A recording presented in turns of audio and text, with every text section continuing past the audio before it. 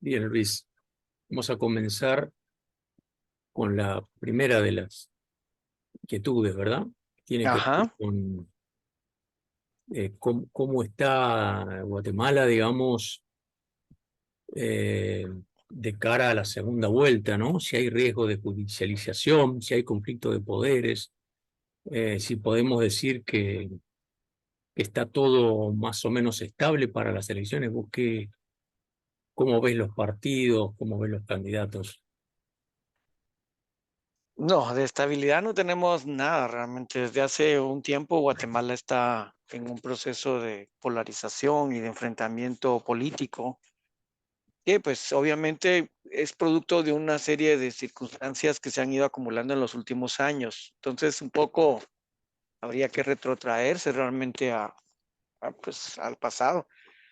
Pues, sería muy largo, pero en la práctica realmente sí creo que lo que ha caracterizado a Guatemala en los últimos ¿cuánto sería? Unos 20, 30 años tal vez, es la polarización creciente, diferentes clivajes. Uno de los más importantes es la oposición izquierda y derecha, pero desde el 2015 la más evidente es los pros y sig, los anti-CICIG, en esa lucha contra la corrupción que se desarrolló en 2015 y que esta campaña electoral tiene a dos protagonistas obviamente principales pues de ese enfrentamiento, Bernardo Arevalo, que es el candidato que siempre fue pro y sigue, estuvo muy del lado realmente de los actores que en ese entonces tenía la bandera de combate a la corrupción.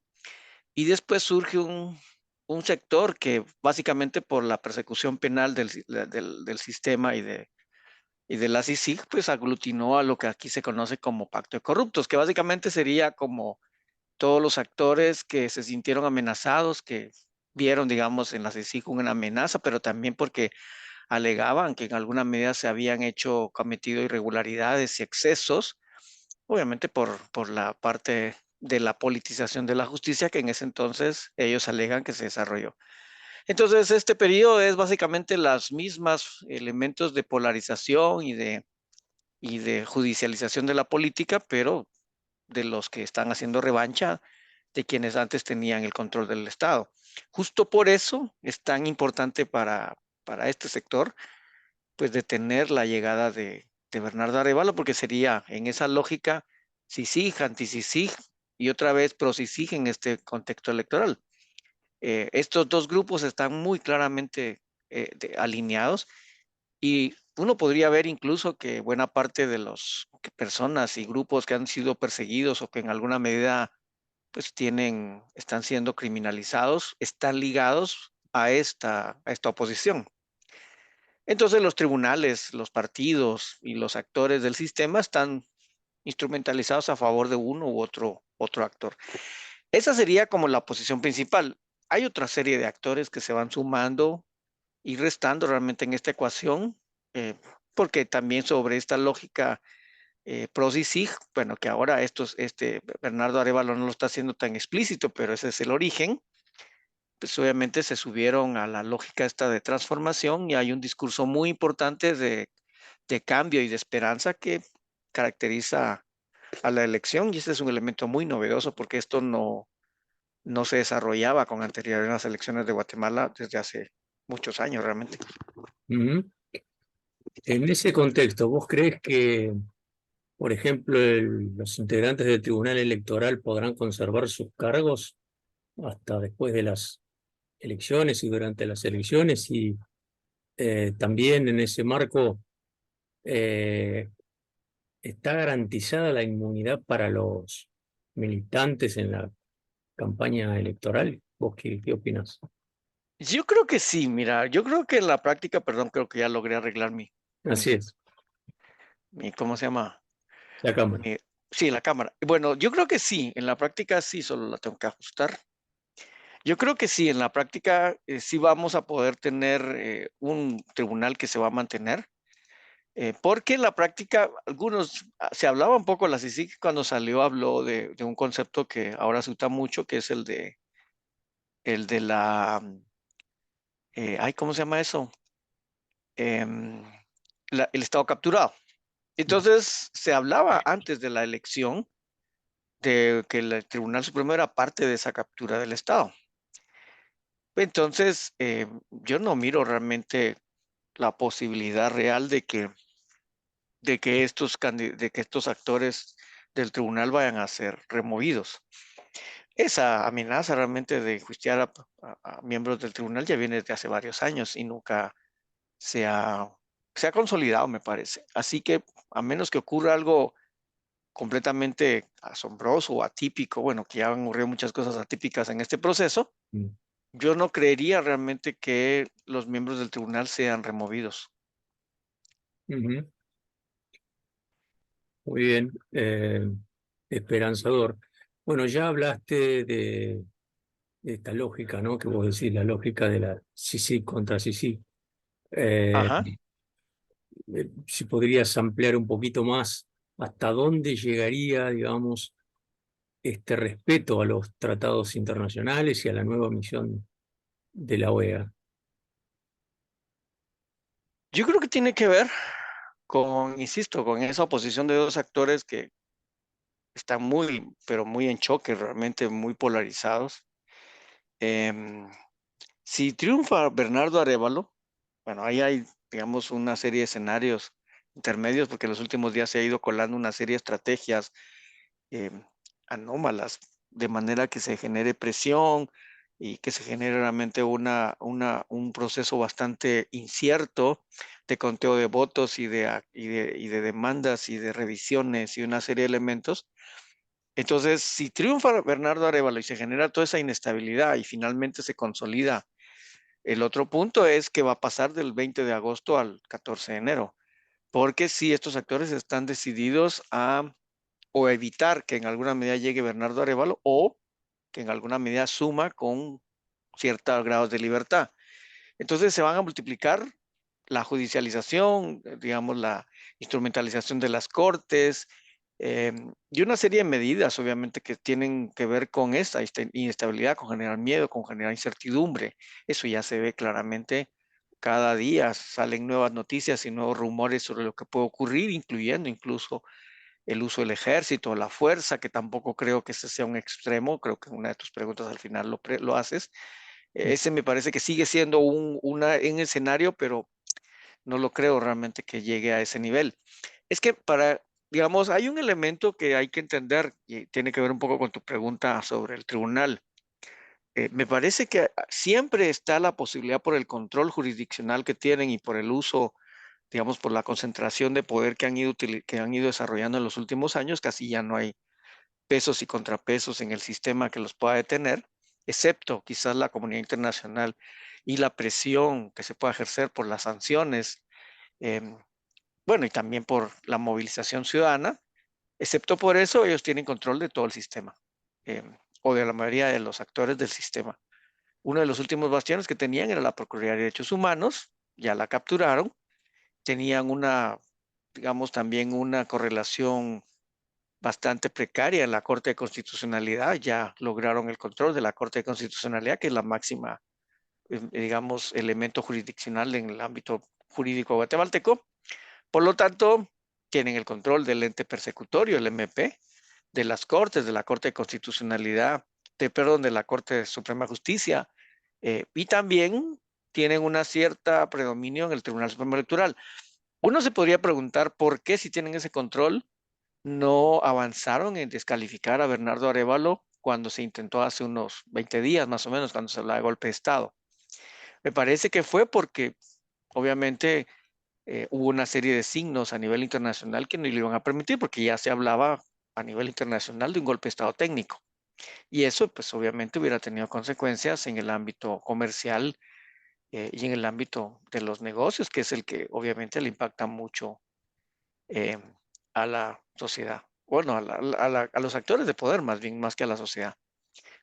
Entonces yo creo que estamos como en ese limbo realmente entre intentar generar conflicto y caos para, pues, digamos, enlodar o enturbiar el proceso, de manera que en una de esas o se evite realmente que llegue Bernardo Arévalo o que se le impida realmente gobernar con toda propiedad.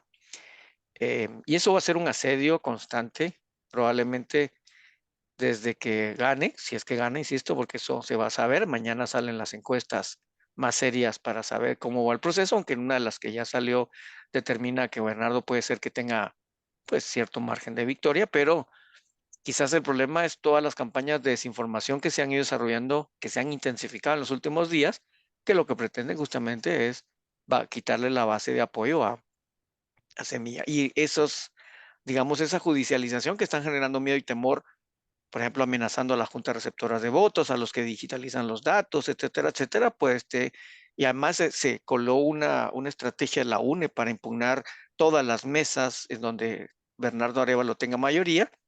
Entonces, todo eso, la sumatoria de eso, lo que se apuesta es que disminuye el caudal electoral de Semilla y que probablemente el margen de victoria que se plaía en esta encuesta que salió justamente de 3 a 6 pues disminuya. Y si hay un margen menor, por ejemplo, si fuera un margen muy pequeño, pues sí, la idea de fraude y del conteo y todo lo demás va a arreciar. Claro, Entonces sí, se percibe un entorno muy volátil, muy tenso, muy incierto, pero me parece que están en ese limbo, no pasar más allá realmente, no generar, por ejemplo, acciones que descalifiquen directamente a Semilla, como lo que ya se había hecho hace unos 20 días, o que, digamos, amenacen la integridad o que destituyan a los miembros del Tribunal Supremo Electoral, eso ya sería romper el orden constitucional. Y yo creo que van a cuidarse mucho en no romperlo, sino mantenerlo en esa zona gris de la interpretación legal y del uso de los mecanismos institucionales y legales que tienen a su alcance. bien, vamos a dar por hecho que gana Arévalo. No la va Ajá, a tener, no la tiene fácil, digamos, porque tiene minoría en el Congreso y va a tener que tejer alianzas también con sectores del poder fáctico, ¿no? ¿Cómo lo ves? sí, por supuesto. Mira, yo tengo la hipótesis también de que lo que están haciendo es obligando a Semilla primero a bajarle su intención de revivir esta lucha contra la corrupción. Quizás uno de los mayores errores de Semilla antes de la primera vuelta y la segunda vuelta es que muchas veces ha repetido que quiere expatriar a todos los actores que están exiliados, ligados a la CICIG. Por ejemplo, el fiscal Sandoval, la jueza Ifán y una serie, el juez Galvez y todos estos actores que fueron, pues obviamente, actores muy relevantes en la etapa de la CICIG. Hotel Maldana, justamente, que es quizás una de las figuras más reconocidas. Creo que eso fue un error. Me parece que además él no tiene la potestad de repatriarlos, porque oficialmente tenemos una división de poderes, oficialmente el ente persecutor y las cortes son independientes, entonces el hecho de que Bernardo esté diciendo eso también viene a abonar en más de lo mismo, en una cooptación, solo que ahora de parte de Semilla. Así que esas fueron declaraciones innecesarias que no tenían cabida, pero sí despertó como el avispero del otro lado, ¿no? Sí generó todos los miedos que ahora pues se ven obviamente en esta campaña que le están haciendo para evitar a toda costa que llegue. Sí, Entonces ya ni me acuerdo cuál era la pregunta, pero bueno, más o menos por ahí va la cosa. sí, sí. Sí. No, las dificultades. Ah, sí, sí. Eh, Y bueno, como tú dices, no solo tienen una minoría en el Congreso, sino aparte, si la persecución penal continúa a pesar de que se garantiza la participación de Bernardo en segunda vuelta. Entonces hay muchos que están especulando que inmediatamente después termine la segunda vuelta, van a cancelar la personería jurídica del partido. ¿Y cuál es la consecuencia de eso? Algunos especulaban que no iban a dejar asumir a Bernardo. No lo creo porque una vez que gane, aunque desaparezca el partido, no importa, puede asumir. Pero la lógica es, eliminan el partido. Entonces, hay una ley que se aprobó hace un par de años sobre transfugismo en el Congreso. Esa es una forma de transfugismo. El partido, los 23 diputados del partido que se quedan sin bancada y por lo tanto se les puede aplicar esa ley de transfugismo y eso, el problema es que le resta poder a Semilla, no solo tiene poder disminuido, sino le quitaría más poder porque ninguno de los miembros de Semilla podría asumir cargos en el legislativo y por lo tanto no tienen capacidad de ejercer poder. Algunos dicen que Semilla podría haber, digamos, aliarse con alguna otra bancada y entonces a través de esa otra bancada, pues obviamente asumir cargos en el Congreso, pero eso depende obviamente de la capacidad de maniobra que tenga Semilla para hacer una mayoría o por lo menos ampliar su base en el Congreso. De todas maneras, si no logran hacer eso, pues sí van a tener en contra la Corte, digamos, El Congreso va a aprobar probablemente la nueva Corte Suprema de Justicia, que desde hace 3 años está en mora. Probablemente ahora van a tener incentivos para aprobar una nueva Corte Suprema de Justicia para dejarle a Bernardo, obviamente, una corte en contra. Este Congreso si no lo controla Semilla. Y además este Congreso, dominado por todos los opositores a Semilla, pues obviamente van a aprobar en noviembre el nuevo presupuesto con el que entra Semilla, si gana, insisto, y obviamente lo pueden dejar muy amarrado, más todos los procesos de judicialización que le puedan generar. Algunos hablan, por ejemplo, de empezar a quitarle, si avanza esta persecución penal, y a ver si no le inventan alguna otra cosa, empezar a buscar antejuicios con algunos de los miembros más relevantes, por ejemplo, a Samuel Pérez, que es el secretario del partido, pues obviamente para ir generando ese clima adverso que, pues como tú bien lo planteas, sí lo tiene muy difícil Semilla. Y además hay que tener en cuenta las cuestiones más estructurales, ¿no? Que pueden condicionar la gobernabilidad, como el crimen organizado, el narcotráfico. Y un dato que siempre me ha sorprendido de Guatemala, me ha sorprendido, me ha llamado la atención, la subrepresentación que tienen los pueblos originarios, siendo que son la mayoría de la población. Eso también le puede condicionar, ¿verdad? Para gobernar. Sí, por supuesto. Em, Porque obviamente los actores más, más, ¿cómo se le podría llamar?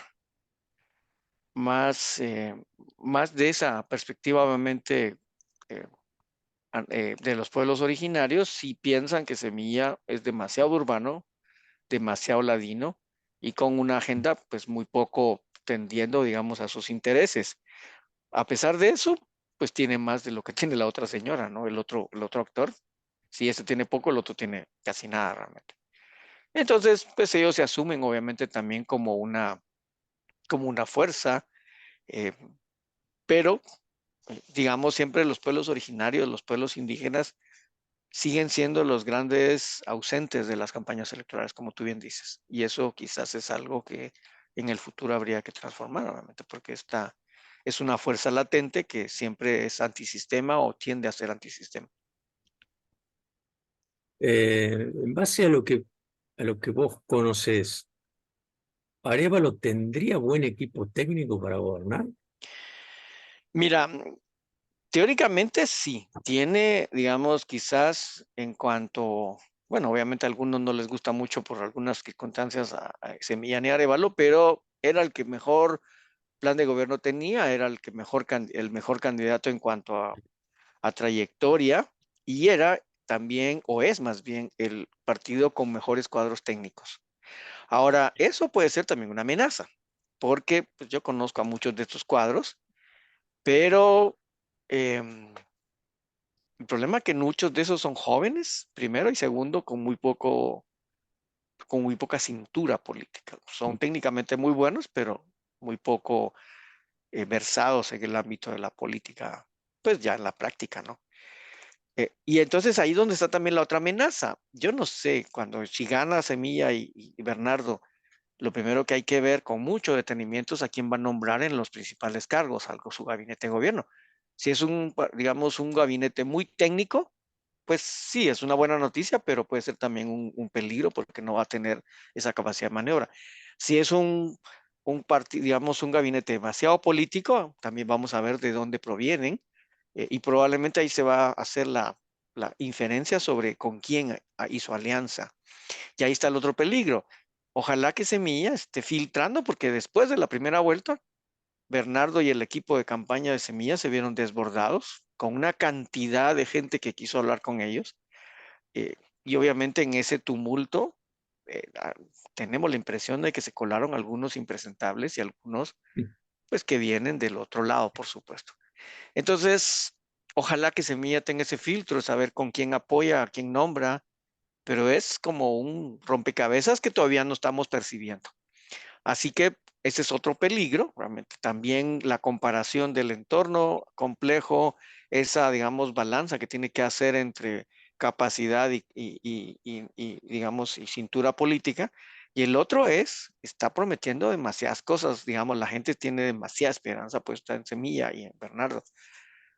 La combinación puede ser nefasta, realmente. Mm.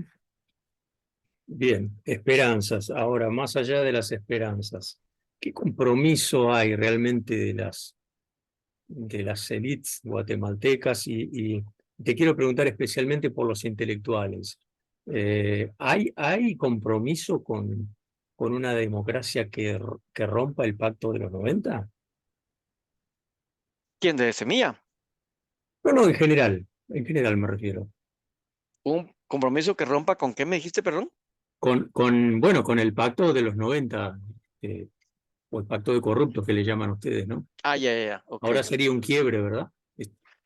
Ese sería el Mira, desafío. el discurso sí es, obviamente, de romper con ese pacto, porque obviamente la lectura de lo que ocurrió el 25 de junio es eso, un cansancio, un hastío de la corrupción, de esa forma perversa de hacer política, que en los últimos años se ha ido descarando y se ha ido haciendo cada vez más. Los hondureños tenían una frase que a mí me gustó en tiempos de, digamos, de la MASI, que era el de la corrupción a cielo abierto, que básicamente era la lógica de una descarada forma de hacer políticas y antes por lo menos se cuidaban un poco más las formas, ahora Claro. ya la corrupción está pero desbocada, ya no cuida formas y la instrumentalización, lo que los abogados llaman el lawfare, básicamente ya está completamente pues evidente. Cuando, por ejemplo, fui a hablar con algunos de los miembros de la MOE, de la Misión de Observación Europea, pues me decían, nuestros expertos legales están locos porque no logran entender qué está pasando. Yo les decía, es que no es una cuestión legal, este es el uso del sistema para fines políticos. Sigue muy lejos esa acusación que le hacen a Semilla de que falsificó firmas y no sé qué más, eso es un defecto del sistema. Sería muy largo explicar por qué es un defecto del sistema, pero una investigación independiente mostró que 19 partidos políticos, incluyendo Semilla, tienen ese problema. Entonces, ¿por qué el Ministerio Público se va solo contra Semilla? Primero. Y segundo, ¿por qué si es un delito electoral, por qué lo persigue la FESI, la Fiscalía contra la Corrupción? Porque si se utiliza el canal de la Fiscalía Electoral, no pueden aplicarle la reglamentación de la FESI, que es la ley de lavado de dinero con el argumento de que Semilla pagó y que todos los partidos pagan, obviamente, para hacer la recolección de firmas. Y entonces con eso le dan pie para cancelar el partido de manera inmediata, por esa habilitación que tiene, obviamente, la Fiscalía contra la Corrupción. Entonces ahí es donde uno ve no solo que es intencional, que es una celeridad muy grande, que es parcial, pero sino también que se acomodan los instrumentos legales e institucionales para favorecer una acción política. Y podríamos seguir, obviamente, desde esa perspectiva, con todas las anomalías que hace el Ministerio Público cuando genera esta persecución. Por eso digo, esto no es una cuestión legal, sino más bien política. Con José Rubén Zamora también se vio lo mismo. En el juicio querían aumentar las penas porque cuando uno entra a migración firma unas boletas y decían que este señor que no había firmado las boletas o las había firmado, alguien las había firmado por él, y entonces lo querían acusar de falsificación y no sé qué más cosas. Y es una cosa absurda porque son boletas de entrada digamos, en migración, eso no tiene mayor relevancia, pero eso le querían agregar cargos y más cuestiones. Entonces ahí hasta una multa de tránsito puede servir como un elemento jurídico para ir contra uno, ¿no? En ese contexto, ¿se discute el tema del financiamiento de los partidos políticos? Mira, no. Bueno, sí y no. Durante la época de la CICIG se generaron controles y que se generaron ciertas lógicas digamos, de disuasión, que no son del todo adecuadas, pero sí generaron, por ejemplo, un menor peso de la campaña electoral en medios y un menor gasto de campaña de aire, que se le llaman en medios de comunicación. Entonces, la campaña se vio más bien, eh, desde el 2019, ha necesitado hacer más campaña de tierra, campaña, digamos, directa con los votantes, y obviamente ahora en este año se empezó a generar una nueva forma de hacer política, que es una tendencia en muchos países, que es la de las redes sociales, especialmente TikTok. Y ahí está. Obviamente que entonces los controles al financiamiento permitieron esa restricción que obligó a canales alternativos de comunicación. Y ahí es donde está como quizás la clave del éxito de Semilla. Se conectaron por la vía del WhatsApp, perdón, del No. TikTok, sí, esa mero. Esa rechina no me gusta. Apenas si la abrí, no tengo nada de subido porque eso de los videos sí todavía tengo que hacer un proceso de inducción, pero bueno. Y entonces, esa es una red eminentemente joven. Y las evidencias después, lo que hemos ido viendo en muchos foros y muchos testimonios de mucha gente es quien realmente posiciona Semilla son los jóvenes. Mi hijo, por ejemplo, de 9 años, es un fanático de Semilla. Y así cuando uno empecé a preguntar con mi familia y con muchos amigos, son los hijos los que empezaron a fijarse en Semilla y empezarle a decir a los padres, miren, Semilla, Semilla, Semilla. Entonces, quizás ese es el otro elemento de cambio muy importante. Un voto joven, muy entusiasta, muy, digamos, muy esperanzador, que no está, digamos, basado en esa decepción que ya muchos de los adultos tenemos. Entonces es un germen de cambio muy importante. Y esto nadie lo pudo prever. Y por eso las encuestas fallaron terriblemente. Porque la evidencia es que el crecimiento de Semilla a través, digamos, de sus redes creció en la última semana. Ninguna encuesta podría haber visto ese movimiento. Y basado mucho también en el descalabro de la otra opción, que era la que se ponía siempre a la par, que era la de Vos y Manuel Villacorta, que 2 días antes comete un error político y le suma votos a Semilla. Entonces, por eso creo que Semilla pasó completamente desapercibido, porque con ese nivel, digamos, de oposición que tenía, pues obviamente lo más probable es que con estos, por ejemplo, si esa acusación hubiera pasado, que hizo la MP hubiera pasado en primera vuelta, si eliminan a Semilla, como hicieron obviamente con Carlos Pineda. No lo pueden hacer ahora porque ya hay una votación de por medio, entonces ya escala realmente en el ámbito de las consecuencias, pero sí, creo que si hubiera, muchos dicen que si hubiera despuntado a Semilla unos días antes, si hubiera aparecido en las encuestas, lo más probable es que hubieran ido contra él mucho antes. Claro. Dijiste que es una fuerza un tanto urbana. Bastante. Todavía vos sentís que no está calando en los gobiernos locales, en los territorios. Sí, por supuesto, pero ya no es un crecimiento orgánico, planificado desde el sistema, sino más bien es como medio caótico. En algunos lugares se han subido al territorio personas, digamos, que sí tienen una intención real de cambio, pero en departamentos como el Petén o en Mazatenango y en otros departamentos se está oyendo que la gente que se subió para articular semilla no son gente de la vieja política. Ya. Entonces, ese crecimiento, digamos, a la fuerza que tuvo que hacer entre primera y segunda vuelta, así medio caótico, espontáneo y no planificado, probablemente tiene el gran problema de que subió y empoderó actores que no debería haber empoderado. Eso lo vamos a ver con el paso del tiempo, ¿no? Por ejemplo, como el presidente tiene la potestad de nombrar sus representantes a nivel territorial, que son los gobernadores departamentales, que son una suerte de presidentes en el ámbito departamental, pues obviamente toda la gente espera que Semilla nombre gente proba y de la sociedad civil. Si empieza a nombrar gente impresentable, por ahí va a empezar el desprestigio de Semilla, porque eso significa que hizo alianza con los actores que no debía. Claro. Bien, Luis, ¿cómo ves vos en este proceso el compromiso de la academia, de los intelectuales, de los investigadores? ¿Pueden aportar, digamos, o están un poco prescindentes? Esa es una buena pregunta. Em, Mira, es como muy dividido realmente. Creo que una de las cosas que sí se vio realmente con mucha propiedad es que, eh, pues en la práctica realmente los investigadores y muchos analistas se fueron de boca, algunos planteando visiones muy fatalistas. Ya la elección está perdida, ya no hay nada que hacer, ya hay un fraude sistémico, incluso utilizan ese concepto tan ambiguo como fraude sistémico. Mm. em, y entonces contribuyeron a este desmadre que hubo después en segunda vuelta. Porque paradójicamente los que gritaron fraude en primera vuelta, no, se quedan callados porque obviamente no les conviene seguir hablando de eso. Y los que no hablaban de fraude son los que ahora salen hablando de fraude. Y la población está como muy tendiente a creer eso justo porque muchos analistas de forma irresponsable empezaron a hablar de fraude desde antes. Muchos analistas empezaron a criticar y a echarle lodo al Tribunal Supremo Electoral diciendo son cooptados, son unos desgraciados, bueno, de todo tipo. Y ahora que ellos salen a defender a Semilla, ahora el tribunal es el defensor de la democracia.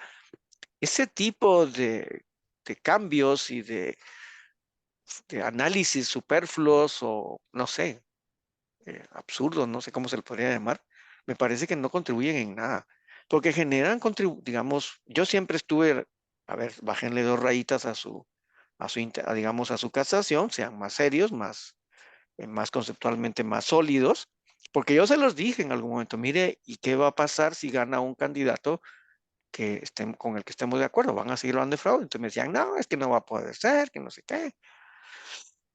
Entonces, yo creo que sí, hay algunos analistas que que sí han generado cierta confianza y cierta estabilidad, pero hay otros que no, eh, que se casaron con un discurso muy alarmista y muy antisistema, y eso no es conveniente, ¿no? Sí, se Bien. saltaron la barra, me parece. Ujú. Bueno, ojalá se equivoquen. Ojalá sí. Ujú.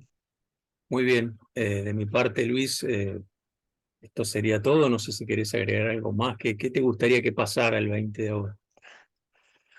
Bueno, obviamente, a pesar de todos los peligros que hemos hablado de Bernardo Arévalo y digamos, y su dificultad y todo lo demás, yo creo que en la práctica es la mejor opción. La otra señora, yo la conocí, digamos, a la UNE en algún momento, bueno, por el tiempo que llevo a hacer análisis y porque en algún momento a nivel de docencia tuve la oportunidad de conocerla. Es una persona muy inteligente, pero la Sandra de ahora no es la Sandra de hace 10 años.